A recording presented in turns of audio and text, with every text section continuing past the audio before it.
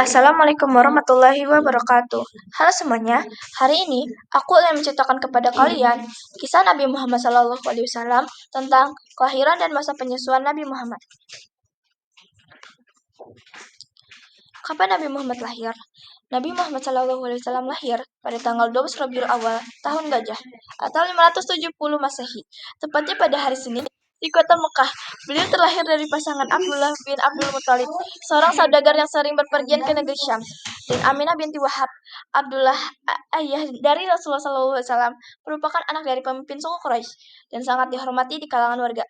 Sementara Aminah merupakan pemimpin dari Bani Zuhrah. Ia adalah sosok wanita paling mulia dalam hal keturunan dan kedudukannya di kalangan suku Quraisy. Namun, Abdullah meninggal dunia saat Aminah mengandung Nabi Muhammad yang saat itu baru berusia 2 bulan. Sehingga Nabi Muhammad lahir sebagai seorang anak tanpa didampingi oleh ayahnya. Abdullah meninggal dunia, sedangkan Aminah, ibunda Rasulullah SAW, sedang mengandung beliau. Ketika itu, ia telah menyaksikan tanda-tanda dan jejak-jejak yang menunjukkan bahwa anaknya memiliki kemuliaan. Kelahiran Nabi Muhammad. Saat sang ibu Aminah mengutus seseorang untuk mengabarkan kelahiran anaknya kepada Abdul Muthalib, kakek Rasulullah, Abdul Muthalib sangat senang dengan kelahiran Nabi Muhammad. Abdul Muthalib membawa bayi Nabi Muhammad SAW ke Ka'bah. Hal ini dilakukannya untuk berdoa sekaligus sebagai ungkapan rasa syukur kepada Allah atas kelahiran Nabi Muhammad. Peristiwa-peristiwa yang terjadi ketika Nabi Muhammad SAW dilahirkan. Peristiwa kelahiran Nabi Muhammad SAW diiringi dengan peristiwa-peristiwa yang luar biasa. 1. Penyerbuan pasukan Raja Abraha yang ingin menghancurkan Ka'bah dan kalah oleh segerombolan burung yang bernama Ababil yang melempari mereka dengan sebuah batu yang sangat panas. Kisah ini berada di Al-Quran, yaitu Quran Surat Al-Fil.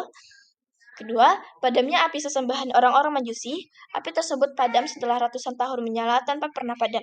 3. Istana Kisra yang berdiri mewah tiba-tiba terguncang. Kerajaan yang kerap bertindak zalim itu hancur. Sebanyak 14 bangunan istana roboh. 4. Kota Mekah yang sebelumnya kering kerontang menjelang kelahiran Nabi Muhammad menjadi hijau subur. Mekah diguyur hujan lebat, tumbuhannya menghijau dan pepohonannya menjadi rimbun. Masa penyusuan Nabi Muhammad SAW dengan ibu susunya.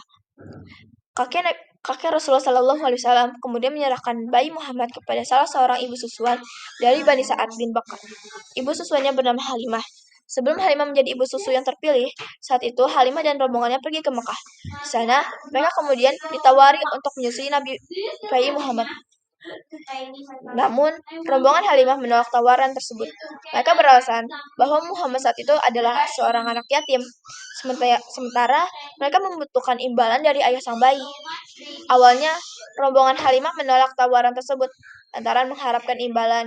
Meskipun demikian, Halimah menyatakan kesediaannya menyusui bayi Muhammad dan membawanya ke pemukiman Bani Sa'ad selama 4 tahun. Di tengah-tengah kelompok yang menolak, hanya Halimah yang bersedia dan bersikeras untuk menyusui Nabi Muhammad, sehingga ia dan suaminya berhasil membawa sang bayi pulang.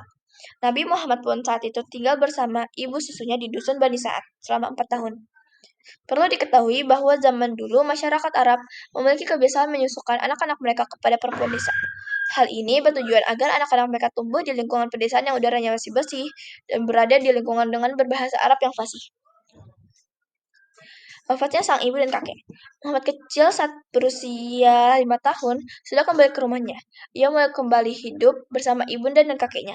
Namun, tak lama setelah itu, tepatnya saat Rasulullah berusia 6 tahun, Nabi Muhammad juga kehilangan sang ibu, Siti Aminah, yang meninggal dunia saat mereka berdua ziarah ke makam Abdullah. Aminah dikabarkan jatuh sakit sebelumnya dan dikuburkan di sebuah desa bernama Abwa. Alhasil Nabi Muhammad SAW kembali ke Mekah bersama Ummu Aiman, sosok pelayan di keluarganya yang kemudian dianggap sebagai saudara sendiri oleh orang tua Nabi Muhammad SAW. Sepeninggal ibunya, Nabi Muhammad SAW harus diasuh oleh Abdul Muthalib, kakeknya.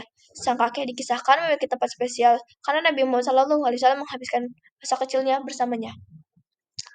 Demikianlah seorang Nabi Muhammad yang masih berusia 6 tahun harus menjadi seorang anak yatim piatu tanpa kedua orang tuanya. Hal ini membuat Nabi Muhammad SAW dirawat sepenuhnya oleh Abdul Muthalib yang sangat menyayanginya. Nabi Muhammad kecil hidup bahagia dalam asuhan Abdul Muthalib dan Ummu Aiman. Namun seakan kebahagiaan tak berlangsung lama, 2 tahun kemudian, Muhammad kecil kembali kehilangan seseorang yang istimewa baginya, yakni sang kakek, Abdul Muthalib. Tidak dapat dibayangkan bagaimana kesedihan seorang anak usia 8 tahun tersebut. Pengasuhan Nabi Muhammad kecil kemudian diserahkan kepada pamannya yang bernama Abu Talib. Saat bersama pamannya inilah seorang pemuka agama mengenali Muhammad sebagai utusan Allah dan membawa Islam pada seluruh masyarakat dunia. Mungkin hanya sekian dari saya. Terima kasih telah mendengarkan kisah ini. Sampai jumpa di lain waktu. Assalamualaikum warahmatullahi wabarakatuh.